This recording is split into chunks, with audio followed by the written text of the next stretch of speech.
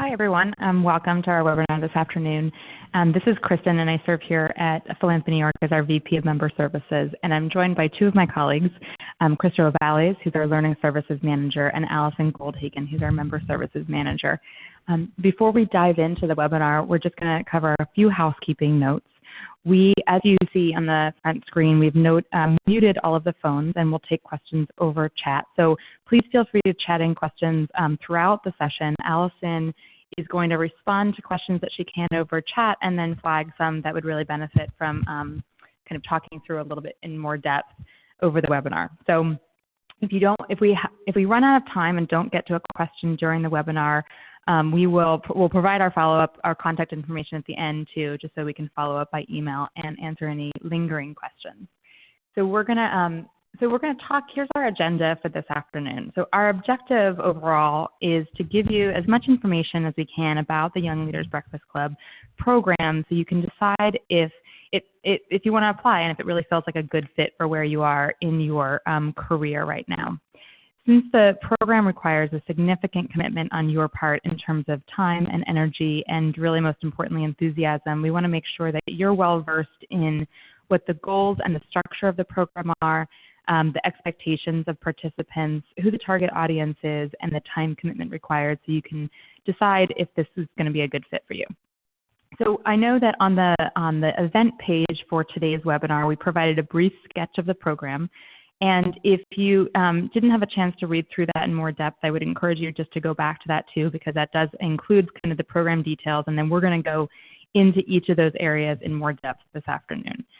So we're going to go over the order that we're going to do this we're going to talk about goals, we're going to talk about structure and target constituency. We're going to hear from Jenny Correa, who's a program officer at Pinkerton Foundation, and she participated in our last cycle, and hear her reflections as a previous participant.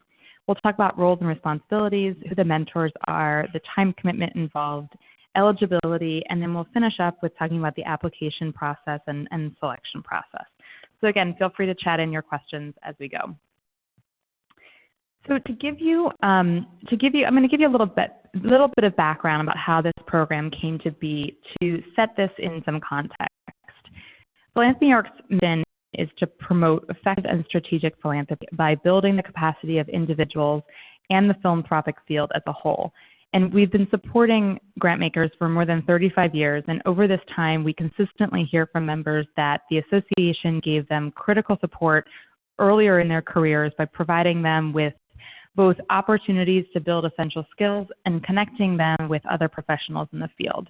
And so we continue to do this through the 100+ programs that we put on every year, and the peer networks that we run for for professionals who fill different roles within a foundation, and our issue-based working groups. And I know many of you have attended Philanthropy New York programs, are involved in some of our networks and or our working groups. So you know these kinds of service as well. Through the conversations that we had with members several years ago, we started thinking about how we could formalize our support to younger professionals and give those of us earlier in our careers the opportunity to develop strong working relationships with colleagues through a cohort-based program, and one that would really provide a catalyst for ongoing relationship building. So we developed this program with leadership support from American Express, and we now receive continued support from the Taconic Foundation. And just a quick aside, it was exciting when the Taconic Foundation reached out to us to talk about supporting this program. They wanted to do it in honor of their former executive director, Jane Lee Eddy, who was on our board back in the early years of Philanthropy New York's history, back in the 80s when we were NIRAG. So it's come very full circle. So the goal of the Young Leaders program, the Young Leaders Breakfast Club program, is to provide help younger professionals develop a support system beyond their organization through peer-to-peer relationship building and mentorship, build a sense of community that supports younger professionals as emerging leaders, and support your commitment to developing professionally. A theme that I want to make sure is really clear in all of this is just how much this is really about the relationship building. And we're looking for participants who are interested in developing and nurturing authentic relationships with a really diverse range of professionals. And this comes out of conversations that we've had with leaders in the sector about when we ask them their advice For those of us who are earlier in our careers, a common refrain that we hear is just how critical it is to have a support network that you can engage and really helps you stay kind of learning and really as a kind of vibrant professional in the field. And one of the mentors put it very specifically. She thinks about her professional support network really as her kitchen cabinet. People that she's taken the time to get to know and that you can really go to time and time again to continuously learn from. So our program, our goal when we developed this program was to provide that kind of catalyst. So let's talk about the program structure. And I know you've read a little bit of this in the documentation that we put out when we announced the webinars, the 2 different webinars that we're hosting. This is a hybrid peer networking and group-based mentoring program. The cohort will be 60 young leaders and 20 mentors. And we're very excited because this is going to be our largest cohort yet. I should say, at the very beginning here that while 60 is certainly a large number, based on the very strong interest we've received so far, we expect we'll be able to accept about 1 person for every 3 applications we receive. So who is the target audience for this program? This program is intended for people who have some professional experience under their belt. The young leader participants reflect a really wide range of roles and experience. We have had people participate who are earlier in their careers. We've also had people participate who have been professionally engaged for 15 or more years. And we have had participants who serve in assistant capacities within the organization and people who serve in executive leadership positions. So obviously this is a very wide range of experience and roles, and what we're looking for are individuals who have exhibited leadership in a professional role and really have the potential for further leadership growth. So one of the things that we really suggest is as you're thinking about this, to ask yourself, regardless of your specific role, are you in a place professionally where you're thinking about how to stretch in your role and grow professionally? We're looking for individuals who have demonstrated strong performance professionally and are seeking an opportunity to engage with similarly motivated peers and mentors. We will talk about one thing I want to say up front, and we will definitely talk about this more when we cover the selection process, is that as we're putting together the cohort of 60, we do expect that we will need to limit the number of people who can participate from a single organization. And we'll talk about how we think about that a little bit more when we get into the selection process. So back to the structure of the program. With the cohort of 60 young leaders and 20 mentors, we create 20 small groups, which we call breakfast clubs. And each breakfast club is comprised of 3 young leaders and a mentor for the group. And a question that I often field is, how do we put these groups together? When we're looking at your applications, and we'll tell you a little bit more about what goes into each of these applications later, but based on your applications, we're looking for both commonalities and differences when we're putting together the peer groups. And so, for example, maybe there are some similar issues that you're interested in talking about with your group, or similar contexts in which you're working. And at the same time, we're also looking for areas where you're different, so that the diversity of interests and roles and contexts will really lead to hearing new ideas and perspectives and expand your network beyond the current silo that you might work in right now. And we will also, the other thing that we take into consideration is trying to put together peer groups who have similar levels of experience. As I'm sure you can tell, this is a lot of different variables that go into this, and so I want to be really clear that this is not an exact science. And really, more than anything, we're looking for people who are interested in participating and are really open to working with a range of professionals in the field. So in terms of the structure, once we've put these groups together, we've got our 60 young leaders and our 20 mentors in our 20 breakfast clubs. We start with a kickoff session for the entire cohort, and that's currently scheduled. It's already scheduled. It's on the books for April 30th in the afternoon. And then we close the entire program in January of 2016 for a closing session. So the entire program runs from April through January of next year. For after we do our kickoff session and before the closing session next January, so for the 8 months in between, from May and through December, each Breakfast Club meets on their own monthly. So each Breakfast Club meets monthly, and you alternate between meeting with your mentor as a group and meeting as a peer group without your mentor. The other part of the program structure is that participants meet one-on-one with their mentor twice over the course of the program, and we encourage people to set this up both at the very beginning so that you have a chance to establish the relationship with the mentor for your group, and then also toward the end of the program. So you have a chance to do a one-on-one meeting and really reflect on the conversations you've had, the kind of professional goal you've worked on, and look forward. Another component of the program is participant-led activities that are for the entire cohort. So the feedback that we received from the last cycle was that participants really wanted more opportunities to get together as a full cohort. And so this cycle we're introducing a new piece to the program. As part of the commitment to the program, each young leader will partner with Philanthropy New York staff, often in small groups, to develop and plan educational and networking activities for the entire cohort. So we think that taken together, that participants really will have an opportunity to, you'll have your group that you're meeting with regularly, so you'll get to build deeper relationships there. You'll also have an opportunity to work with and meet through the additional activities all the other people that are participating in the program and are part of the 2015 cohort. I want to talk a little bit more about the actual Breakfast Club meetings. Each Breakfast Club, once we put you into a group, the groups really drive the agendas for meetings.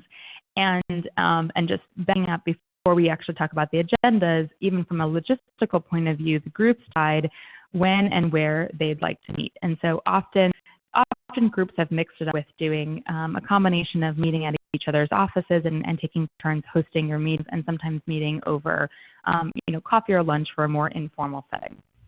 But then in terms of the meeting agendas, each Breakfast Club developed their own agendas. And so you would work with your teammates and your mentor to identify topics that you'd like to discuss over the course of the 8 months. And the other piece of this is that you each take turns serving as the point person for a specific meeting. And people use, in terms of what goes on to, what people put on their agendas, really participants use their time together to strategize about short-term and long-term professional goals. They also use their time together to gain support and advice for navigating a current professional challenge. It's also a great opportunity. A lot of people, when they join this program, really want to use this as an opportunity to learn more about the sector more broadly and how people carry out their programming and carry out their foundation's work in all different, across the sector, and really just being able to get to know one another better. And so one of the things that's really critical is that everybody in the group needs to be engaged in setting the agendas for your meeting so that you're making the most of your time together. The other piece, in addition to the topics that you identify, is that each participant also identifies at least one professional goal that they want to work on with the support of their group. And so this should be a shorter horizon goal, something that you can make progress toward over the next 10 months. So, in the past, people have, some of the examples that we've seen are that people might identify a specific skill that they want to develop and use their group to really brainstorm about how to go about getting the training or the connections or the the support to be able to develop that skill.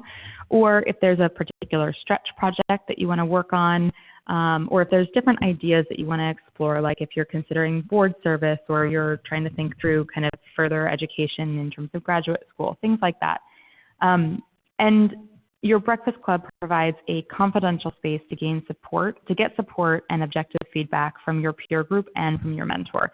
And I think it's also a really helpful structure for just holding yourself accountable to making progress towards your goal. One of the things that we really encourage each of the groups is that to really treat it like a New Year's resolution, and knowing that you're much more successful in being able to meet a goal when you've not only put it down on paper, but you also have a buddy system set up to really help you meet your goal.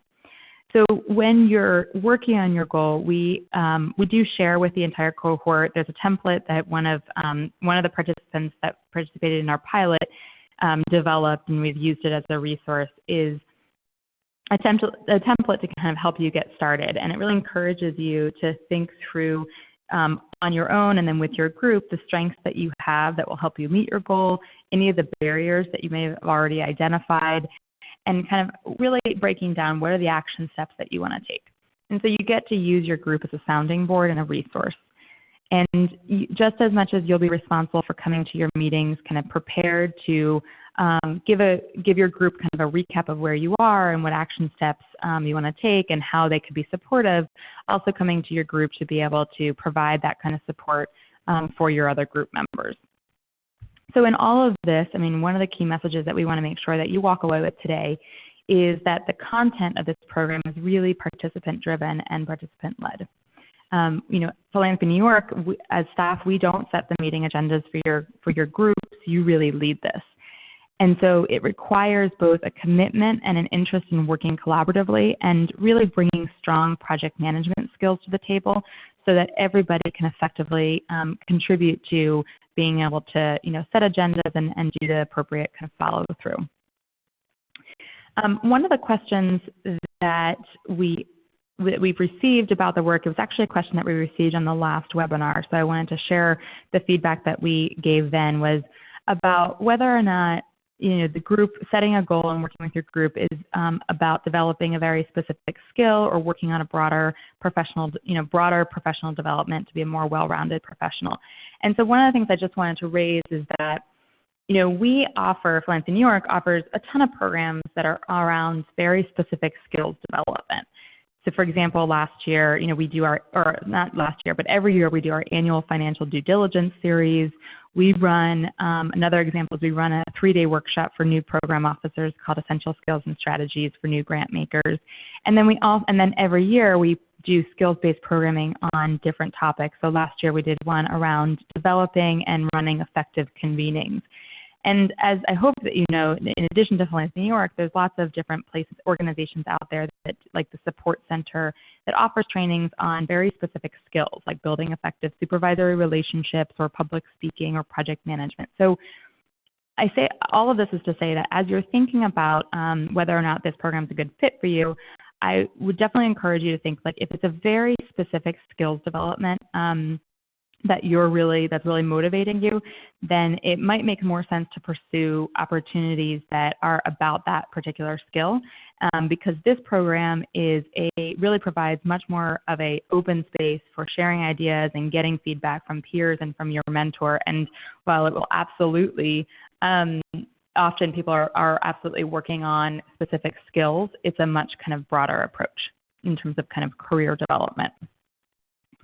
The other question that we got to at the last webinar was just, how, when we talked about a piece of this program being around full cohort activities and events, how does that actually work? And so one of the things we just wanted to raise too is that when we added this piece to the program, we added it knowing that we as staff will do a lot of organizing and culling of different ideas for programs or activities that the cohort could take on, so that everybody in the cohort gets to opt in to planning and participating in something that is of most interest to you. So we will do kind of a lot of organization around that.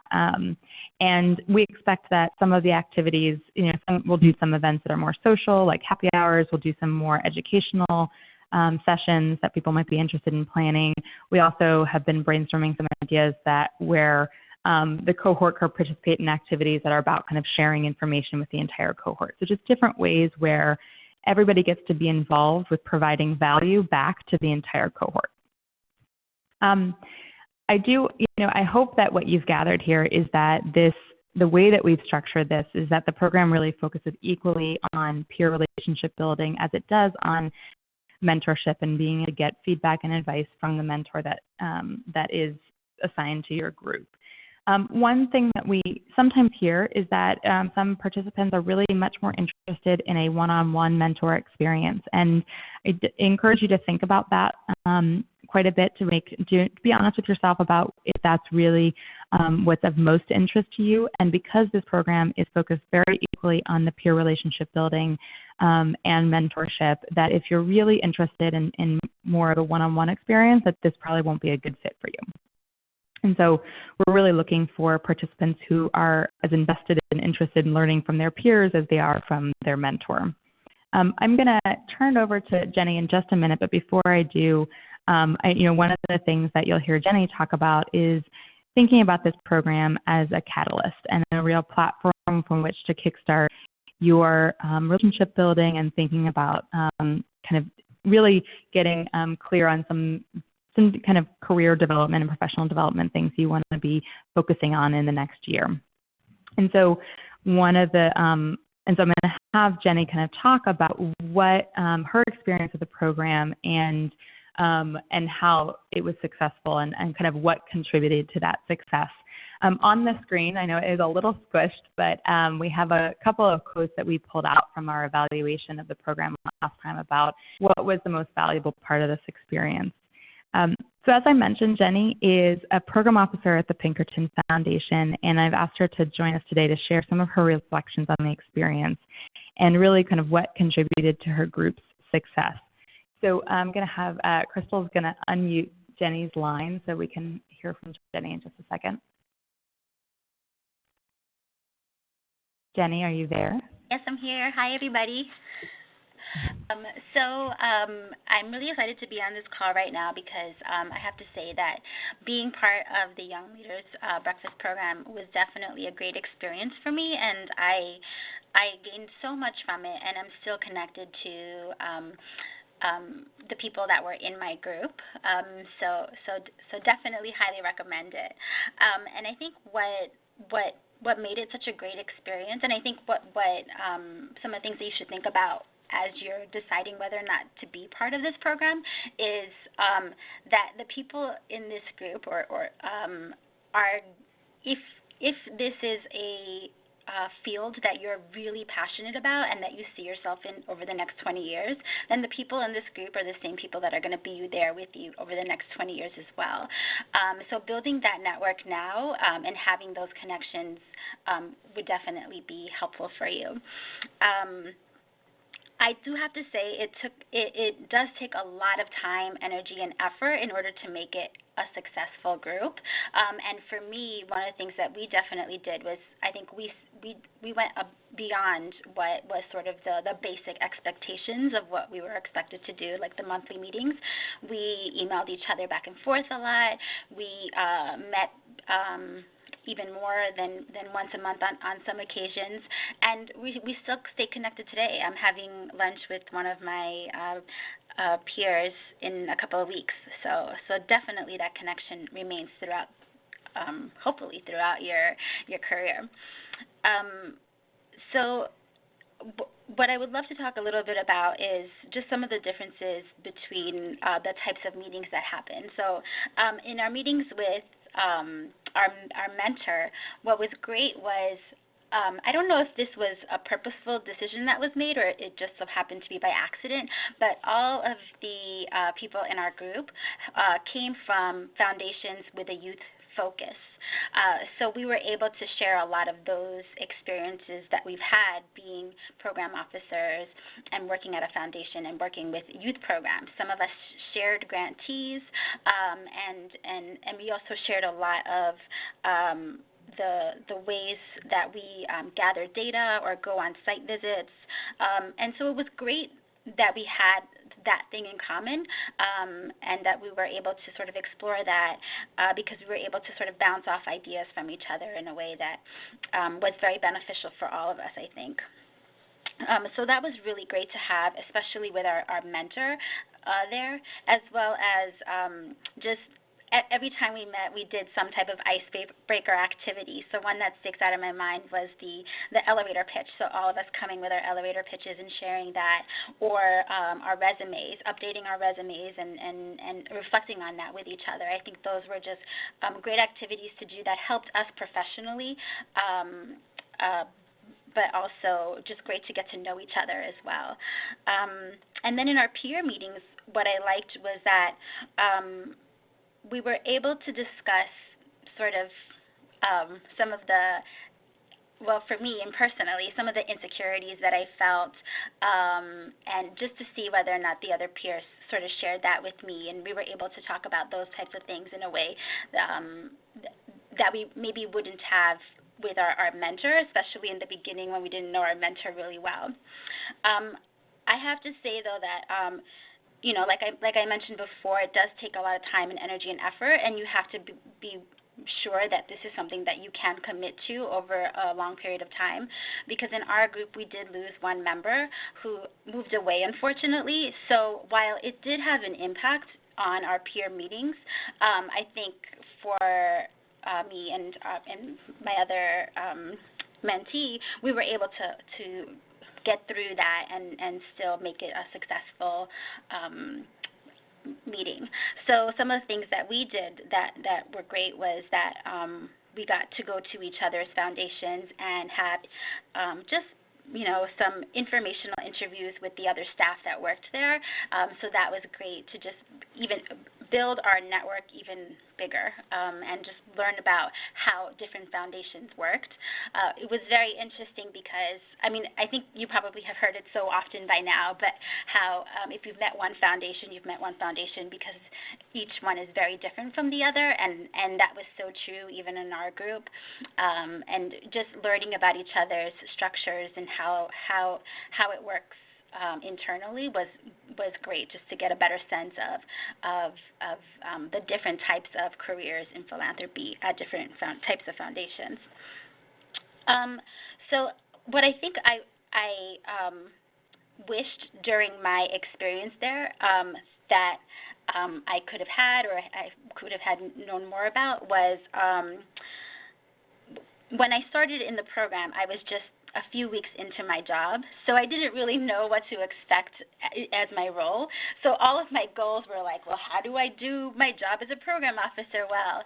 And over time, those goals sort of changed, because I got to know my job a little bit better, and I got to see, well, what can this group help me with versus what are things that I need to go to other sort of resources or other workshops or seminars to get better knowledge of. However, even though I was very new when I joined, I think it was just a great experience. It was like just a great way to get my foot in the door. But I do wish that I had a little bit more time to sort of get to know what my role was a little bit better before joining. And then the other thing I wish for, that I'm glad is part of the program now, is that we would have more time to meet with the other group members. So it was really, for most of the time, we just met with the peers in our mentoring group, and we didn't really get to, except for the beginning and at the very end, meet with the larger group of individuals that were part of the program. It would have been great, I think, to have more opportunities to do that and just build our network better. So glad to hear that that's part of the program now. And I think that's all that I have to say. It's a great program, so I highly recommend it. But Kristen, I don't know if there's anything else that you wanted me to talk about. No, I think you really covered it. And I think it was really important to hear kind of how you extend the experience and how you and your peer found more ways to use this as a starting off point. And I think I'm glad that you raised the piece about the fact that your group were all kind of youth funders. And I actually can't remember when we were putting these groups together if we saw that as intentional, or were totally intentional about that or not. But that's actually one of the reasons why we have changed the program to add more components of getting together as a full cohort, because we know that sometimes, more often than not, the groups that are put together are they might have slightly different roles within their foundations, or they might have different funding area focuses, and that's awesome, but you also want, and that really leads to some good different perspectives, but people also want to know, who are the other education funders that are part of this group, or who are the other women and girls funders. And so one of our goals in being able to do more full cohort activities is so that you have more opportunities to be able to meet the peers that are either share your specific role, whether or not you're in communications or finance or program, and also meet, with the other peers who share some of the same funding area interests. I wanted to kind of talk about a little bit more, and it builds off of what Jenny was talking about in terms of the roles and responsibilities, and she mentioned several of these things that we're going to talk a little bit more in depth here. I'll wait till we get that. There we go, on top of your screen here. One of the things is, because this is very participant driven, and it absolutely takes a lot of work, and it's not as you heard kind of in the reflections that Jen shared, it's not a passive experience at all. And so mentors and participants really take equal responsibility for being engaged and really contributing to the success of their group. And in Jenny's experience, even though they ended up losing a member of their group, the fact that she and her partner were both really interested in continuing to work together and really making the most of it, even though it was 2 of them instead of 3 in terms of what they had intended. So one of the things, so we're going to go over a couple of the kind of the expectations that we have. And the first one is that everyone in the group, the peers and the mentors, will really honor their commitment to the program. And we think about this in a couple different ways. And one of the ways that we think about this is really carving out the time for your meetings, and as much as you can, protecting that time. We absolutely encourage groups to set their meeting dates in advance, knowing that it's really, if you end up kind of waiting too long, trying to coordinate schedules with 4 people is pretty much impossible. And then the other way that we ask people to kind of honor everyone's commitment to the program is by being responsive in between meetings. So I will say, in terms of that level of commitment, and we will talk about the time commitment afterwards, but it's helpful to think about the fact that you have your monthly meetings, and then when we talked about the other stuff that's involved in terms of the program structure, like your 2 one-on-one meetings with your mentor, and being able to contribute to full cohort programming, I think that it's helpful to think about it as a commitment that's basically a twice-a-month commitment, that it averages out to be about that, and with some email communication in between. So the other part of kind of the responsibilities for everyone is being fully engaged in developing your meeting agendas and really ensuring continuity from meeting to meeting. So we do ask that people take turns serving as a point person for the meetings, and the point person will coordinate both just the logistics, like where you're meeting, but also take responsibility for emailing a really brief follow-up note after each of your meetings just to the other members of your group, just to capture if there were any themes from your conversation that you wanted to note, or ideas that you generated from your that you might want to put on the table for your next meeting, and any commitments that you wanted to make for in-between meetings. And the real value here is that when someone takes full responsibility for that, it really helps the groups kind of maintain continuity from meeting to meeting and build on conversations that happened at previous meetings. So that is an area of responsibility that we want to make sure that we're really clear about up front. The other area, and Jenny mentioned this especially with getting to know kind of her peers, was really about creating a safe and confidential space for conversation. This is a very small sector, and it's really critical that you treat your conversations as confidential, so that you can effectively serve as resources and sounding boards and support to one another. Which really leads into the next one, which is being supportive of your other group members. And so that can be by helping connect your fellow group members to resources or individuals, or really being each other's personal cheerleaders, being incredibly supportive of one another and the goals that they've set for themselves. And then also being really open to learning from and sharing with each other. And the other thing that I know that we talked about this as part of the program structure, but I think it's helpful to kind of say explicitly in terms of the responsibilities, is the responsibility to set a professional goal. And just as Jenny mentioned, these goals might shift over time, and that's absolutely fine. And what we hope is actually out of the program you get some clarity around maybe what you might come in thinking that you have one goal, but over the course of the time you realize that you actually want to be working on something different. But just taking that on as a responsibility both to set a goal and to support the other members of your group in working on theirs. So I think all of this is about kind of being committed to providing value to your group just as much as you've kind of committed to doing your own work both in your meetings and in between meetings so that you're getting the value out of this experience. So I'm going to stop and see if we have any questions from chat for Allison. Yeah, we have a couple questions that all kind of focus around the responsibilities and roles beyond just the monthly meetings.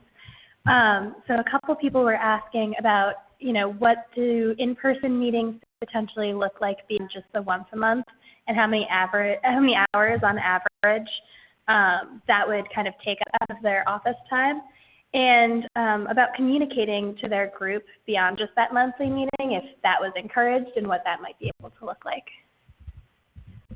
Sure. And I'm going to unmute Jenny too, because Jenny might want to weigh in on this as well. So we have, so your monthly meetings, we suggest those to be about an hour and a half each. And so then, you have your monthly meetings that are about an hour and a half each. In terms of the other commitments, we have, it's going to vary from month to month. So there might be, so for example, in May is when you do your first monthly meeting with your group. It's also when we encourage you to set your one-on-one with your mentor, and that's also going to be about an hour and a half each. So I think it's helpful to think about, in terms of the in-person time that you are committing to, about two meetings per month, so 2 times kind of out of the office potentially. And then in terms of the communication between meetings, we absolutely encourage groups are definitely in contact with each other in between meetings, both in terms of being able to actually set up their agendas for the meeting, but also to share resources that they found helpful. That's one of the things that that we've been talking about is actually setting up. Last time we set up a LinkedIn group for the entire cohort, or maybe doing like an email listserv for the entire cohort, so that if there's things that you think would be helpful to share with everybody, that you're able to do that and get in touch with the rest of the cohort fairly easily. Anything else you want to touch on at this point, or should we move on to the mentors? I think we can move on to the mentors. There's a couple other questions that are out there, but I'll make sure to kind of fill them in as we get to the right spot. Okay, great. So let's talk about the mentors that we have participating this year. This, as I mentioned earlier, this is our largest cohort. We have 20 mentors on board for this cycle, which is really phenomenal. And this allows us to accept 60 young leader participants.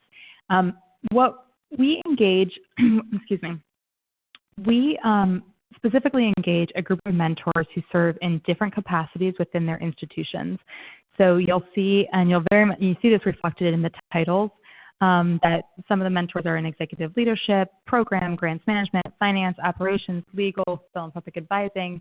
And what we are looking for mentors who are very engaged in the sector, that they bring some very interesting kind of professional experience to the table. And more than anything, that by them kind of opting in and really wanting to provide this kind of basically give back to the sector in this way, that all of these mentors are incredibly generous with their time and being able to contribute their time and energy to this program. We also seek a group of mentors who represent different types of institutions. So we look to have mentors who are from the corporate sector, from family foundations, large and small privates, and grant-making public charities. And many of these mentors have worked in different in different kinds of institutions within the philanthropic sector. So even if, so for example, I'm just looking at, I just saw Cheryl's name for, and so Cheryl Rosario, she's the executive director of a family foundation, but she had a long career in corporate philanthropy at American Express. And so we are looking for mentors who have both deep experience, but also have are just really well, and they're very engaged in the sector, so that even if maybe they hadn't worked at a different kind of foundation, they are really intentional about building out their own peer network that they're learning from people in the sector and can provide resources and ideas for you, even if it's not maybe an experience or a context that they've worked in personally. And we, they have all different working styles, but really, their kind of core commitment and what they share in common is being able to support the next generation of leaders. And all of them have talked about how much they've benefited from formal and informal mentoring relationships throughout their careers, and really the value of building a very broad and diverse set of professional relationships. Most of, as I'm looking through the list, if you Google any of their names, all of them have bios available on their respective websites too, so you can kind of learn a bit more about their career paths. One of the, I think it's helpful to talk about the role that we're asking them to play, and really hear that because this is not a one-on-one mentoring program, and this is a group-based mentoring program, so the role is a little different from other mentoring programs that you might have participated in or are interested in participating in. And so it's important that we define the role that we ask mentors to play. And much of it is very in line with the expectations that we set when we were talking about the roles and responsibilities earlier, especially around mentors are really critical in helping the group start to really create that safe space for confidential conversations. We ask them to play a role of helping to facilitate group conversation and to offer their own personal reflection, and to really be a brainstorming resource for all of you and for their group about how can you find the resource, or when appropriate, the connections that they can maybe for you to help you continue to advance in some way or continue a conversation if they had a colleague they thought would be really helpful to talk to. And a lot of the mentors talk about, when we have talked to them kind of through this experience, the role that they really played, and a lot of them really talk about how they serve as a dot connector. So in that coaching capacity, about helping people clarify what they're working on, and clarify kind of challenges they're facing professionally, and being able to offer both constructive feedback, but serving in that kind of capacity, so that it's not necessarily kind of, well, here's the answer, but how do you develop a strategy for something yourself, and using your mentor as a sounding board for that. And I think that one of the things that makes this so wonderful for them is that they get to be supportive of you, but without being your boss. There isn't that power dynamic of being your supervisor, so they are not writing your performance evaluation, and really just get to focus on the group members in a different way. And mentors always report that they learn just as much from the members of their group as hope they've been able to share with the members of their group. Another question that we always get is about how the groups are matched with a mentor. And the first question that we get is, do participants have the opportunity to choose their mentor? And I want to be really clear that no, you do not choose your mentor. When you participate in this program, you need to be just really clear that you may be matched with any of the mentors on this list. So what we do is we first put together the peer groups. As I mentioned earlier, we're really kind of putting together the peer groups, and then each of the groups we assign to a mentor. And it's the same philosophy. We're looking for areas of commonality and areas of difference. And just kind of stressing that really we're looking for participants who are open and excited and interested in working with any of the individuals on this list, and really being kind of open to the idea that you can learn from anybody. And one of the things is that, all of these people have different spheres of responsibility within their institutions. The other thing that they share in common, which I should have mentioned, is that for almost all of them, even if their current role doesn't dictate, doesn't require this, but in previous roles, they're working across the organization. So if their role is in grants management, they're working very closely with program and vice versa. So they have a lot of experience in being able to be kind of supportive and partnering with people who are in different roles within their institutions. So something that I know that I kind of alluded to this before, but I really want to make sure that it's clear, is that if you are looking at this list and you think that you would be disappointed in any way if you were paired with one of these mentors, then I absolutely encourage you to really think through whether or not this program is going to be a good fit for you, because what we want to avoid is having somebody apply and then being disappointed because of who have been paired with, and that's really going to start kind of you and your group on the wrong foot. And I think, what we've talked about before too is that, given the structure of this program and both the time that you're going to spend with the peers in your peer group and the time that you're going to spend getting to know the rest of your cohort, that the peer relationships is just as much, if not more, a focus of this as the mentor relationships. The one thing we will ask you in the application is just to know if there are any mentors that are on this list who you already have a strong working relationship with, just so we know that, and so that you'll have a chance to work with someone else and really expand your network if you already have a strong working relationship with one of these mentors. The other thing that I should mention is that we would not pair you with somebody that works within your own institution. That just does not seem fair, and it really doesn't. That's not the purpose of this program. The purpose is really to kind of get outside of your own organization. Any questions, Allison? Any more questions about mentors that we didn't cover? Okay. So we're going to talk about the time commitment. And I know earlier I said, thinking about, I think it's helpful to think about it in terms of twice a month, in terms of the amount of kind of in-person commitment, in addition to some email communication. Some months there won't be 2 things each month, but I think if you think about it in terms of like average, that's a good way to assess whether or not you are able to make this kind of commitment. You see in front of you the very specific components in terms of the kickoff, the monthly meetings, your one-on-one meetings with your mentor, the closing session, and then the slightly more vague contributing to planning one program or event for the full cohort. So really what that means is that there will be, we will ask you to take on a role of contributing to planning of an event for your entire cohort, but at the same time, the great benefit of that is that then you'll have a lot of opportunities to attend some of the activities that your peers are putting on for the entire group. So if there, when you're looking at this, I know since we have the one, I do want to just clarify that since we do have the date set for the kickoff program, April 30th from 2 to 5, if you already have a scheduling commitment, that won't preclude you from applying and participating. We know that that's, it might conflict with, either out of town conferences or something like that. But I do want to just make sure that you're looking through the full-time commitment and thinking about whether or not you can make this commitment between now and January, and being kind of available. And because the consistency is really key here. We want to have the same cohort that starts the program in April finish the program in January.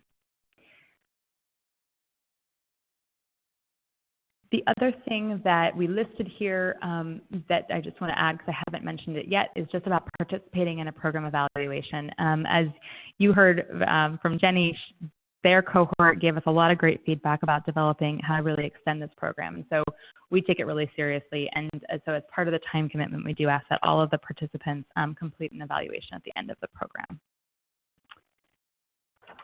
Let's move on to eligibility and the application process since we have 10 minutes left here. One of the things about eligibility is just to put this in some context. Membership with Philanthropy New York is held by your organization, or if you work in the corporate sector, the membership is held by your company's corporate giving department or corporate foundation. So membership is at the organizational level, and when your organization is a member, it gives you as a staff member or a trustee member privileges. And so all staff and trustees of member organizations are considered members of Philanthropy New York. The only exception I just want to pull out here is for grant-making public charities. Since our work is geared towards professionals in the funding space, for grant-making public charities, membership covers grant-making staff at the organization, but it doesn't cover fundraising and development staff. So that context is just to say that in order to be eligible to participate in the Young Leaders Program, you have to be a Philanthropy New York member, as I've just outlined. And since membership is held by institution, you must be affiliated with the member organization for the entirety of the program, so between now and January of 2016. Even though this is going to be our largest cohort yet of 60, it is still a limited number of spots, and we know that there's high demand for this. And so we just need to make sure that we are dedicating those spots to Philanthropy New York members. So please, if you are planning, if you're thinking about leaving your job and really planning and don't anticipate being in, with another member organization, basically between now and next January, we really ask that you don't apply so that we can make sure that we're committing this program and the spots to people who are going to be affiliated with Philanthropy New York for the entirety of the program. And the other thing, here, as you heard Jenny talk about, is that we're really looking for consistency. And things happen. People, we've in the previous cohorts, we have, people have moved out of state, and so those things do happen. But we're really looking for people who know that they can be committed to this and participate fully for the entirety of the program. We have a couple questions about scheduling and the event planning. Kind of overall. So somebody wanted to know if the large cohort meetings will all be during business hours or if there will be something outside of business hours.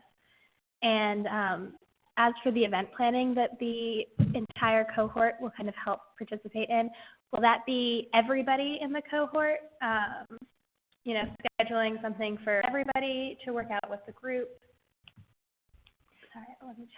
No. That's. I think I'll address the first question, and I think the second question. The second question first, actually, I'll do is that what we anticipate is that people will opt in to planning certain things for the entire cohort. So it would be a small group of people that would plan, and that you would plan it around your schedules, not the entire cohort. That would be a nightmare with 80 people. And that you would plan something that, and we will work, the Philanthropy New York staff will work with the groups of people on this. Absolutely. We partner with you, and we really will help lead this. So that you would plan something that would be open to all of the participants, but likely not actually, not everybody would attend. So the goal here is actually to provide more activities that then you can opt in and out of. So they're not required. They're not required both either attendance, nor are we requiring the participants to plan things that would absolutely appeal to the entire group. We really just wanted to provide more opportunities to get together with other kind of subsets of the entire cohort. And the first question was around, whether or not activities that are planned for the entire cohort, if they be during business hours or after hours. And I think it'd be both. What we did last year we did do a couple of happy hours that were after work, and then we also had a couple of, we would anticipate doing a couple of programs that are during business hours. So it'd be a combination. But again, all of these things are totally optional. They would not be, in terms of participating and coming to something that your fellow members have planned. Okay, so let's talk about the application process, and then we'll go back to any additional questions. So we're going to open applications on Friday, and then the deadline will be March 31st. And we will follow up with all of the applicants by Friday, April 10th. And there are two parts to the application. There's the part of the application that you will submit, and then there's a nomination form that your supervisor will complete. And so the application that the candidate, the young leader, submits includes a couple of questions. There's a couple of questions that we have on the application that help us understand your work experience and your role within your organization. And then also some questions that are narrative about your interest in the program. So what are you hoping to achieve out of this? What are the contributions that you would make if selected? We also want to hear, what are the topics that you are really top of mind, and what are the things that you would love to talk about with peers in the sector and your mentor, and also just some initial ideas about a professional goal that you would like to set. And we will also ask for a short bio. So if you don't have one handy, this is just a heads up that we will be asking for that. When we open the application on Friday, we will open it so that you'll be able to download I'll hear all the questions that we're asking, so you can work on it separately. But then it will be an online application. The supervisor, you'll need to manage this with your supervisor, which is to get them to submit a very brief nomination form for you. And I just want to be really clear that this is not a long letter of recommendation. We ask 3 very specific questions of supervisors, really about kind of your leadership within the organization and kind of potential to really take advantage of this opportunity, and so we're asking them to submit their nomination form also by the March 31st deadline. And so if those that are selected, we will share your application and your supervisor's nomination form with your mentor. And then we will, so in terms of getting kind of this out to everybody who attended one of the information sessions, we're going to send all of you a link to the application. And so one of the things I know that I had mentioned earlier is that we anticipate that we're going to have more interest than we can accommodate in this cohort. And so we will need to limit the number of participants from any single organization, just really to ensure that the cohort represents the diversity of institutions that are in the sector. Given the number of organizations represented on the information sessions, I expect that we'll be able to take, one person from most organizations and, maybe 2 or 3 from some of the largest staffed organizations. But what I want to be really clear about is that first we're really looking for a strong applications. And then once we have gone through the applications and to pull out who we think would be the best fit for this program, that's when we will go, and if we need to limit it by the number, to a certain number from a particular organization, we will reach out to the supervisors, and we have lots of HR contacts, especially at the larger foundations, and really partner with them to figure out who from your organization should participate. So I'm just looking at my notes here because I know that this is one area that we get a lot of questions from, a lot of questions about. So, what I want to make sure that you walk away with is that first and foremost, we're looking for strong applicants. And then if we need to limit the spots by organization, we'll do that afterwards. And I know that I started, when we first started talking about this, excuse me, and giving you some background on Philanthropy New York, that I want to close by saying that this program it's a fabulous program, and it's one of many opportunities that Philanthropy New York offers for professionals at all stages of their career. So, and we offer a lot of different ways to be engaged in the funding community. So if you decide that either this isn't the right program for you, or maybe not the right time, or if we can't accommodate you this year, we want to make sure that you're able to take full advantage of your membership with Philanthropy New York and being able to come to programs and join some of the networks and the working groups that we have already. So I hope that you'll absolutely keep an eye on our very full events calendar so you can really be very engaged whether or not you end up participating in this program. And the other thing that I wanted to just highlight, because it's a relatively new thing for Philanthropy New York, is that we really expanded our communications platform this last year with the launch of the New York Philanthropist. And you'll see that members are regularly taking on the professional development opportunities to write for our Opinions and Insights column. And it's a great way to increase your visibility in the field and take on kind of a challenging assignment. So all of this is to say is that we want to make sure that we're finding the right opportunities for you to connect with peers and engage in the sector, whether it's through this program or another program. And so I'm going to leave my contact information up at the front on this last slide. I know most of you have it, but just so that we can, feel free to reach out to us if you're trying to figure out if this is really right or if there's other opportunities that might be better for you. And just two quick questions. One, does academic background, like GPA and where you attended school, matter? And the other is if we will be letting people know if there's multiple applications from one organization. So to the first question, academic background does not matter. And to the second question, so if we have multiple applications that are very strong from the same organization, first we will go to the supervisors who submitted the nomination forms on your behalf, or the HR person who we have a close relationship with. And so we're going to reach out to them first. And so I think that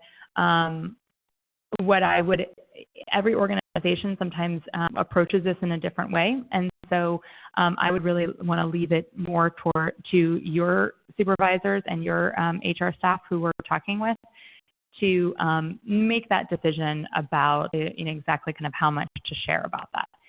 And the one thing I should have included too is that if there are lots of really strong applicants from an organization, when we go back to your supervisors and or to the HR person who we are connected to, we will share your application and the supervisor nomination form with them so that they can be a good partner to us in figuring out who it makes most sense to participate.